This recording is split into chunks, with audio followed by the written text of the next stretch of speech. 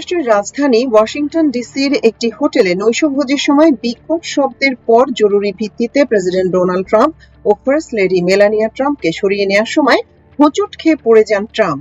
এর আগে টেবিলের নিচে লুকিয়ে পড়েছিলেন তিনি। পরে তাকে নিরাপত্তার রক্ষীরা টেনে তুলে ব্যাক স্টেজে নিয়ে যান। তাদের পেছন পেছন দৌড়ে যান ফার্স্ট লেডি মেলানিয়া ট্রাম্প। আতঙ্কিত হয়ে পড়েন ভাইস প্রেসিডেন্ট জেডি ভ্যান্সও। তিনি নৈশভোজের টেবিলের নিচে লুকিয়ে পড়েছিলেন। পরে নিরাপত্তার রক্ষীরা টেবিলের নিচ থেকে টেনে বের করে তাকেও ব্যাক স্টেজে নিয়ে যান।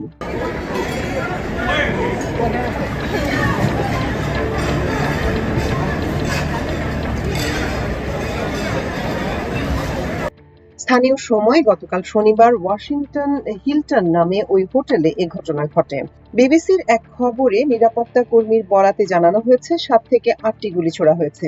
সন্দেহভাজন বন্দুকধারী নিহত হয়েছেন নাকি তাকে হেফাজতে নেওয়া হয়েছে এ বিষয়ে এখনো নিশ্চিত তথ্য জানা যায়নি। পরে অবশ্য ট্রাম্প নিজেই তার ট্রুথ সোশ্যালে এক পোস্টে জানান সন্দেহভাজন বন্দুকধারীকে গ্রেপ্তার করা হয়েছে। হোয়াইট হাউসের একজন সহকারী জানিয়েছেন যে ট্রাম্প নিরাপদে আছেন। রয়টার্সের হয়ে কাজ করা একজন আলোকচিত্রী হোটেলের ভেতরে 4 থেকে 6টি বিকট শব্দ শুনতে পান, তবে তা নৈশভোজের স্থানের খুব কাছে ছিল না বলে জানিয়েছেন তিনি।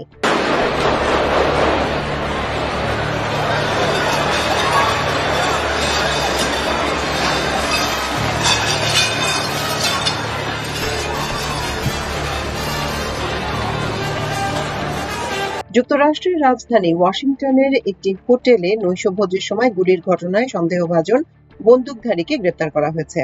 দেশটির প্রেসিডেন্ট ডোনাল্ড ট্রাম্প নিজেই তার ট্রুথ সোশ্যালে পোস্ট করে এ তথ্য জানিয়েছেন।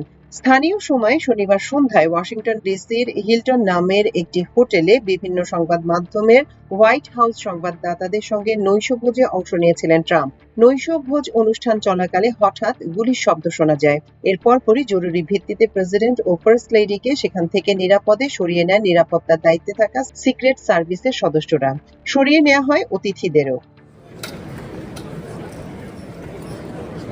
এই ঘটনার কিছু পর নিজের ট্রুথ সোশ্যালে পোস্ট করে ট্রাম্প জানান সন্দেহভাজন বন্দুকধারীকে গ্রেপ্তার করা হয়েছে। তিনি আরো লিখেন, আমি তাদের বলেছি আমরা অনুষ্ঠানটি চালিয়ে যেতে চাই, কিন্তু আইন প্রয়োগকারী সংস্থার পূর্ণাঙ্গ নির্দেশনা মেনে চলতে হবে। ট্রাম্প বলেন, সেই সিদ্ধান্ত যেটাই হোক না কেন সন্ধ্যাটির পরিকল্পনার চেয়ে বেশি আলাদা হবে এবং আমাদের এটি আবার নতুন করে করতে হবে।